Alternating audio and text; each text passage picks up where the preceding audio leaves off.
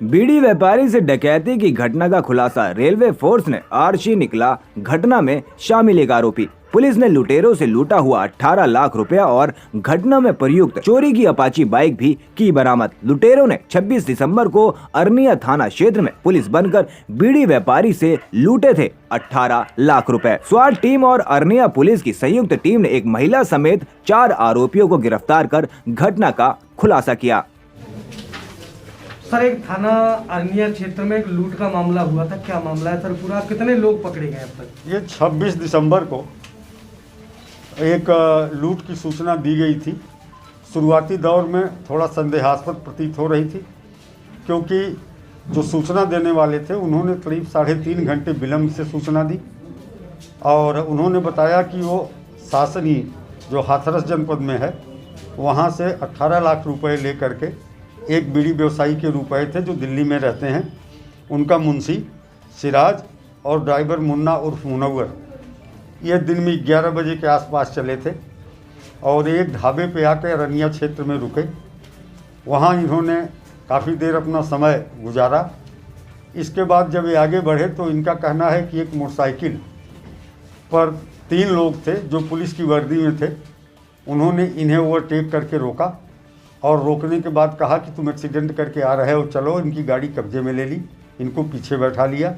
1-2 kilometre चलने के बाद इन्होंने कहा कि यहीं आपस में तय कर लेते हैं और गाड़ी से नीचे उतरने पर गाड़ी लेके भाग गए। 2 किलोमीटर आगे गाड़ी इनकी खड़ी मिली, लेकिन गाड़ी में इनका कैश नहीं था।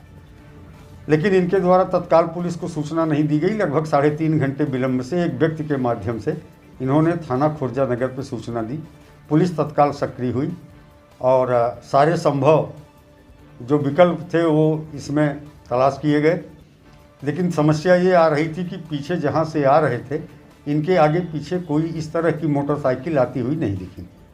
इस बात को लेकर संशय पैदा हो रहा था कि अगर किसी ने पीछा किया होता है, हाथरस से पैसे लेके चले थे, तो निश्चित तौर पर रास्ते में मोटरसाइकिल दिखती।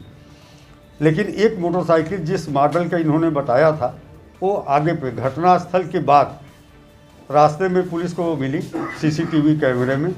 उस मोटरसाइकिल का पीछा करते हुए 15 दिनों तक हमारी टीम लगातार सीसीटीवी कैमरे देखती रही और ये सौभाग्य की बात थी कि वो मोटरसाइकिल दिल्ली में जहाँ जाकर के रुकी वहाँ तक हमारी टीम पहुँच गई, केवल जगह जगह सीसीटीवी कैमरों के तलाश और उसको देखने के आधार पर।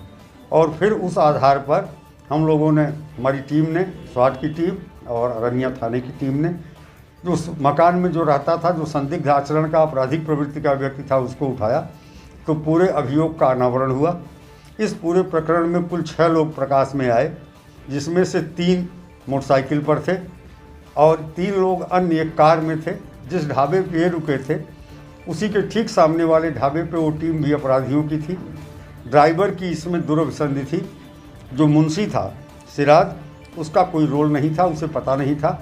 ड्राइवर ने ही इन अपराधियों को बुलाया था दिल्ली से और ये हाथरस की तरफ से इसीलिए न आकर के दिल्ली की तरफ से आए और ढाबे के सामने पहले से तय स्थान के मुताबिक सड़क के दूसरी तरफ दूसरी गाड़ी थी, इस तरफ ये गाड़ी थी। इनके कब्जे से पूरे 18 लाख रुपए 100% बरामदगी कर ली गई है।